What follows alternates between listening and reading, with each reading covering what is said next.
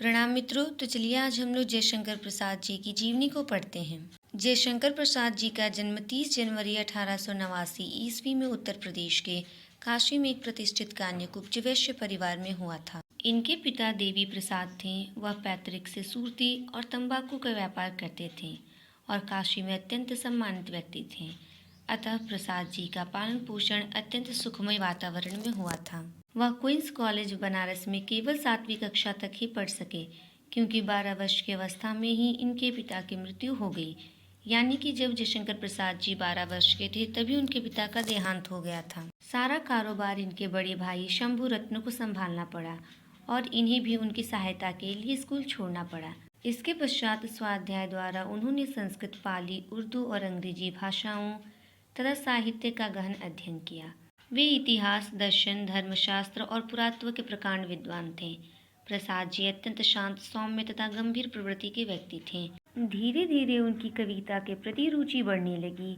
शुरू में तो भाई ने इनका विरोध किया, परंतु कुछ दिनों बाद आने जाने वाले कवियों द्वारा उनकी प्रशंसा होने लगी तो शंभू रत्न जी ने उन्हें कविता लिखने की पूरी आज़ादी दे दी। प्रारंभ में जब जयशंकर प्रसाद जी कविताएं लिखा करते थे तो उनके भाई उनका विरोध करते थे, परंतु जब उनके भाई ने लोगों के मुख से उनकी प्रशंसा सुनी तो उन्होंने प्रसाद जी को कविता लिखने की पूरी आज़ादी दे दी। प्रसाद जी बहुमुखी प्रतिभा के धनी थे। वह सरल, उदार, मृदुभाषी, अस्पष्ट वक्ता और साहसी व्यक्ति थे। उन्होंने किसी भी रचना के लिए पुरस्कार के रूप में एक पैसा भी नहीं लिया। हिंदुस्तानी अकादमी और काशी नागरिक प्रचारणी सभा से उन्हें जो पुरस्कार मिला था वह भी उन्होंने नागरिक प्रचारणी सभा को दान कर दिया। 9 वर्ष की उम्र में उन्होंने कलाधार उपनाम से ब्रजभाषा में एक सवैया लिखा था।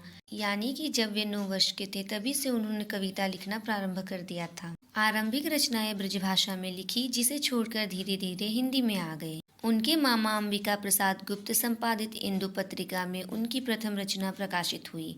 चित्राधार प्रसाद जी का पहला संग्रह है। कानन कुसुम प्रसाद जी की खड़ी बोली का प्रथम संस्करण है। प्रेम पथिक का ब्रजभाषा स्वरूप सबसे पहले इंदु में छपा, जिसे बाद में कवि ने खड़ी बोली में रूपांतरित किया। करुणालय की रचना गीति नाट्य के आधार पर हुई। महाराणा का महत्व 1914 ईस्वी में इंदु में प्रकाशित हुआ था। झरना का प्रथम प्रकाशन 1918 ईस्वी में हुआ था। इसमें प्रसाद जी के व्यक्तित्व का प्रथम बार प्रकाशन हुआ और उसमें आधुनिक काव्य की प्रवृत्तियों को अधिक उजागर देखा जा सकता है। आंसू का प्रथम संस्करण 1925 ईस्वी में छपा। आंसू श्रेष्ठ गीति काव्य है, जिसमें कवि की प्रेमानुभूति व्यंजित है। लहर में इनकी सर्वोत्तम कविताएं संकलित है। कामायनी प्रसाद जी का प्रबंध काव्य है।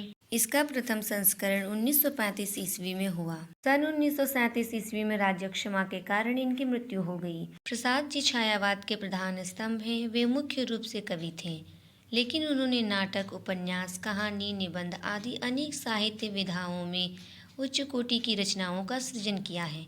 तो चलिए अब हम उनकी रचनाएं देखते हैं। उनकी काव्य रचनाएं हैं प्रेम राजा, शोकोच्छ्वास, कानन कुसुम, प्रेम पथिक, महाराणा का महत्व, झरना, आंसू, लहर और कामायनी। गीति नाटक है करुणालय। उपन्यास है कंकाल, तितली और इरावती। उनके द्वारा रचित नाटक है सज्जन, कल्याणी, परिणय, प्रायश्चित, राजाश्री, विशाख, अजातशत्रु, जन्मेजन का नागयज्ञ, कामना, स्कंदगुप्त, एक घूट, चंद्रगुप्त और ध्रुव स्वामिनी। उनका कहानी संग्रह है छाया, प्रतिध्वनि, आकाशदीप, आंधी, इंद्रजाल। निबंध और आलोचना है काव्य और कला तथा अन्य निबंध। चलिए तो अब हम उनकी काव्यगत विशेषता देखते हैं। प्रसाद जी गहन अनुभूति के कवि हैं। उनके अनुभव की सीमाएं हैं, जिससे उनमें यथार्थवादी लेखकों जैसे व्यापकता नहीं मिलती, लेकिन अध्ययन मनन द्वारा उन्होंने इतिहास दृष्टि प्राप्त की थी। प्रसाद जी का संपूर्ण साहित्य मानवीय और सांस्कृतिक भूमि पर प्रतिष्ठित है।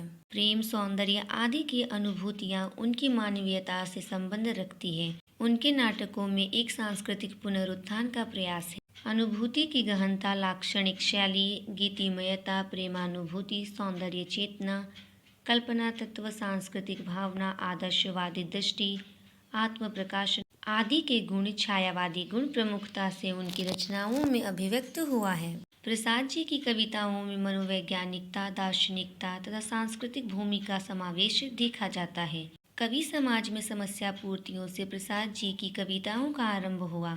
प्रसाद जी के विचारधारा पर बौद्ध धर्म का प्रभाव पड़ा, जिसके कारण उनके काव्य में करुणा की भावना आ गई। प्रसाद जी छायावादी काव्य के जनक और पोषक होने के साथ ही आधुनिक काव्य धारा का गौरवमय प्रतिनिधित्व करते हैं। प्रसाद जी सौंदर्य और प्रेम के कुशल चितेरे कवि हैं। प्रसाद जी के काव्य में प्रकृति का बड़ा ही मनोरम चित्रण हुआ है।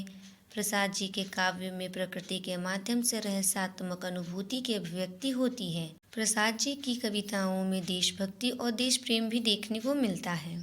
चलिए तो देशभक्ति से पूर्ण उनकी 4 पंक्तियाँ देखते हैं। अरुणिय मधुमय देश हमारा, जहाँ पहुँच अनजान क्षितिज को मिलता एक सहारा। सरस सामरस गर्भ विवाह पर नाच रही तरुशिखा मनोहर, छिटका जीवन हरियाली पर मंगल कुमकुम सारा।